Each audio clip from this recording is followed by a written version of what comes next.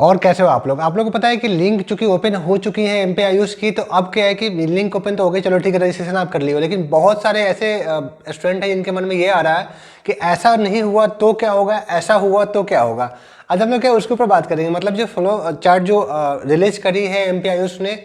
उसके ऊपर हम लोग बात करेंगे। तो क्या कि कैसे कहानी इसमें क्या है, किस टाइप से नियम्स आपको दिए गए हैं, कैसे क्या अगर सीट अलॉट नहीं होता है तो क्या आपको आगे क्या करना है, और सीट अलॉट हो जाता है तो आगे क्या करना है, हम लोग ये बताएंगे। तो वीडियो बहुत इंपॉर्टेंट आपके लिए है, और ऐसे ही जितने भी वीडियो आती जाएंगी, तो अगर आप नए हो चैनल पर तो बिल्कुल चैनल को सब्सक्राइब कर लो, और अगर पुराने हो तो अपने दोस्तों में शेयर कर दो, जिससे कि ये वीडियो चलो आपके तो यूज में आ ही रहे और कम से कम दूसरे के यूज में भी आ जाए। दोस्तों देखो, सबसे पहले बात ये होती है कि आपको क्या रजिस्ट्रेशन करना है। रजिस्ट्रेशन करने के बाद रजिस्ट्रेशन करने में बड़ा आराम से प्रोसेस, बड़ा ईजी प्रोसेस है। सिंगल 1 पेज के ही प्रोसेस, लगभग 2 पेज के आसपास का है। आपको पता है कि पहले ही डिसाइड करने हैं कि आप कहाँ पे रजिस्ट्रेशन करते समय ही आपको डिसाइड करना है कि कौन से सेंटर पे आपको जा करके कहाँ पे आपको उसमें मतलब डॉक्यूमेंट वेरिफिकेशन कराना है। तो वो तो चलो ठीक है, टाइम स्लॉट और डेट स्लॉट भी आपको डालने हैं कि हमें इतने बजे से इतने बजे के बीच में इस डेट को जाना है। मतलब क्या है, टाइम बिल्कुल भी खराब नहीं किया जाएगा, और ऐसा नहीं कि आप सेंटर पर पहुंच गए तो पता हुआ 200 बच्चे लाइन में खड़े हैं, ऐसा नहीं है। लिमिटेड लोगों को लिमिटेड टाइम के लिए ही, और एक होगा ना कि 2 से 5 के बीच में अगर आने की बात आएगी तो 30 बच्चे या 20 स्टूडेंट को ही बुलाया जाएगा, ऐसी कहानी होगी। तो बड़ा अच्छा है ये, एक तरह से नया है आयुष में, और बड़ा मेरे ख्याल से व्यवस्थित ढंग से दिया गया है, तो आपके लिए ये आसान होने वाला है। अगर फर्स्ट राउंड में अगर सीट अलॉट हो जाता है,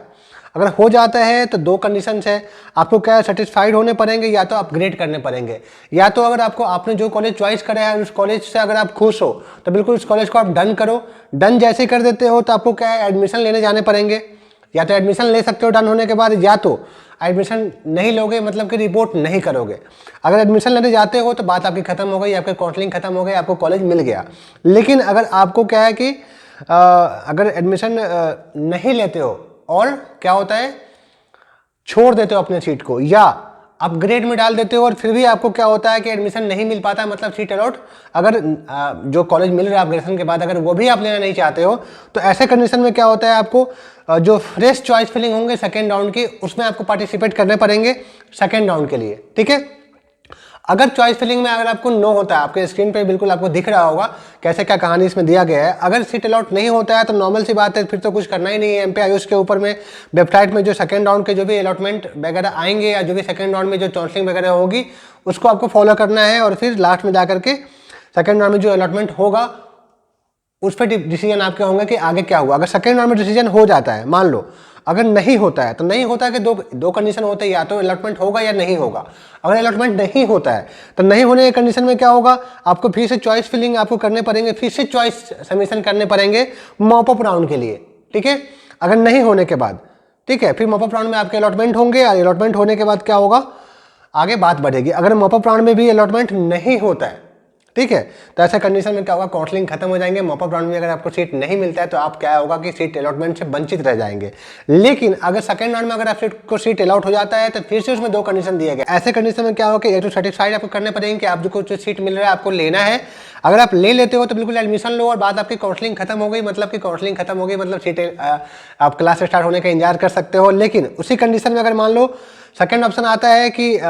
अपग्रेड करते हो, अपग्रेड करने के बाद जो कॉलेज आपको मिल रहा है उस कॉलेज में भी अगर आपको सीट नहीं लेने हैं, जैसे फर्स्ट राउंड की कहानी थी, है ना, तो फिर आपको क्या होगा, फिर से मॉप अप राउंड का इंतजार करने पड़ेंगे सेकेंड राउंड के बाद, ठीक है। उसके बाद जब मॉप अप राउंड स्टार्ट होता है, उसमें अगर आपको सीट अगर मान लो कि मिल जाता है तो फिर आपको क्या है, वहाँ पे आपको डन करने पड़ेंगे कि मुझे आपको सीट मिल गया, तो जाइए बिल्कुल एडमिशन लीजिए, और आपकी काउंसलिंग खत्म हो रहा है। लेकिन अगर जाकर के फिर भी आप वहाँ पर एडमिशन नहीं लेते हो, मॉप अप राउंड में भी अगर आपको सीट मिल जाता है और आप एडमिशन नहीं लेते हो, फिर भी आप काउंसलिंग से बाहर हो जाओगे, और वहाँ पे आपको सीट लेने ही पड़ेंगे। अगर आपको चॉइस फिलिंग किया हुआ कॉलेज अगर आपको मिल रहा है तो,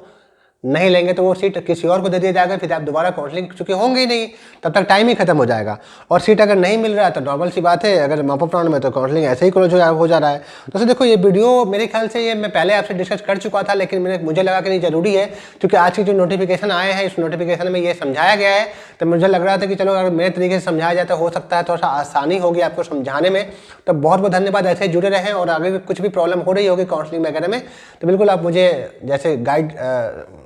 करने को बोलते हो, मैं बिल्कुल आप मुझे कॉल लगा लेना। हालांकि कॉल आजकल थोड़ा सा कम रिसीव हो रहे हैं क्योंकि कॉल ज़्यादा आ रहा है। तो थैंक यू सो मच, ऐसे ही बने रहें, ऐसे ही जुड़े रहें।